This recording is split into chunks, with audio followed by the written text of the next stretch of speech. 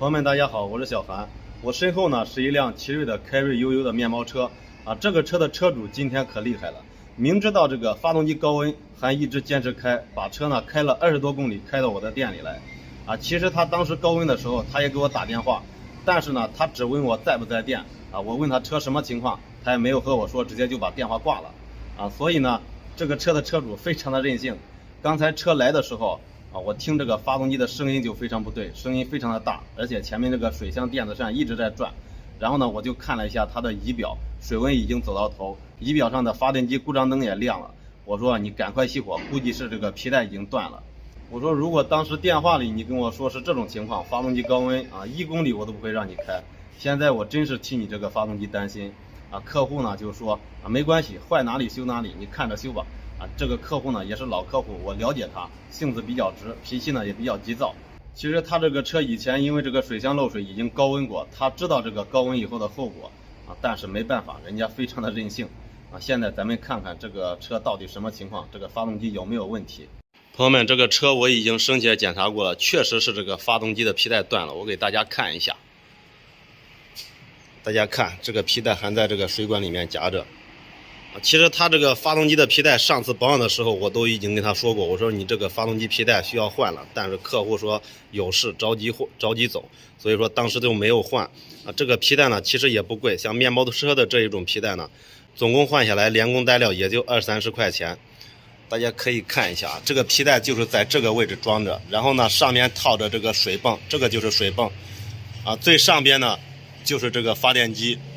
这个面包车的结构比较简单，只有这个水泵和这个发电机啊，也没有，它这个是低配车，也没有这个压缩机啊。有些高端车呢，上面的轮子会更多，像助力泵啊，或者是空调泵啊，其他的一些有很多的皮带轮。如果这个皮带断掉以后，这个水泵肯定是不会工作的，这个发电机它也不会工作的。那么仪表上的这个电瓶灯肯定会亮啊，这个水泵一不工作，这个发动机里面的水不循环以后，这个可以说马上就要高温，不要说跑20多公里，可能说跑个2-3公里、3-5公里就要高温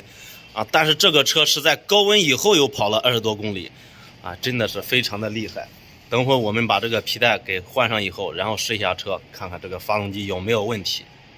好，现在我们把这个新的皮带给装上。这个面包车的皮带还是非常好换的，它这个发电机就是一个张紧器啊，发电机下面的固定螺丝松掉，然后把上面这个调整螺丝给松掉，这个皮带这样一套就能装上，非常简单，可以说是3-2分钟的事情。好，现在这个皮带已经装上，等会我们把上面这个调整螺丝给调整一下就行。朋友们，这个皮带咱们大家一定要定期检查，一旦有问题立马把它给换掉，不然就像这个车一样啊，可能会半路抛锚，弄不好这个发动机就要搞报废。咱们还有些车可能凉车的时候这个皮带会响，那可能就是这个张紧器紧度不够，我们可以调整一下张紧器就行。好，现在我把这个皮带给调整一下，因为这个面包车的发电机都是这个张紧器，所以说我们需要用撬棍撬住这个发电机，然后把皮带张紧，再去紧它这个发电机的固定螺丝啊，这个结构非常简单。没办法，只能这样做啊。这个面包车呢，它也没有调整皮带松紧的专用螺丝，只有这个发电机上这个固定螺丝。然后把这个螺丝锁紧以后，检查一下这个皮带的松紧度。好，现在就可以。它这个因为高温，水箱里面的水都已经翻出来了，所以说现在我们要把这个水箱的水给加满，然后打到车试一下就行。因为现在还不确定这个发动机有没有问题，所以说先用这个自来水代替一下，等会儿没事的时候，然后再换成防冻液。啊，这个水箱现在我已经给加满水，把这个盖子给盖上。然后呢，这个副水壶也要把它给加满。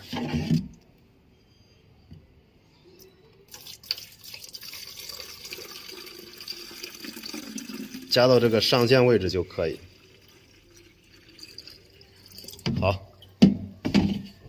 把盖子盖上，现在我们去打到车试一下，看看这个发动机到底坏没坏。好，现在在启动之前我给朋友们说一下啊，如果是咱们的水温到这个红线位置，一定要马上停车啊。如果这个电瓶灯也同时点亮，那就证明是咱们的发动机皮带断了，这个时候千万不要学这位司机朋友啊，一直这样开，弄不好就要把这个发动机给整报废，到时候可是损失非常的大。好，现在咱们把车打着，试一下这个有没有问题。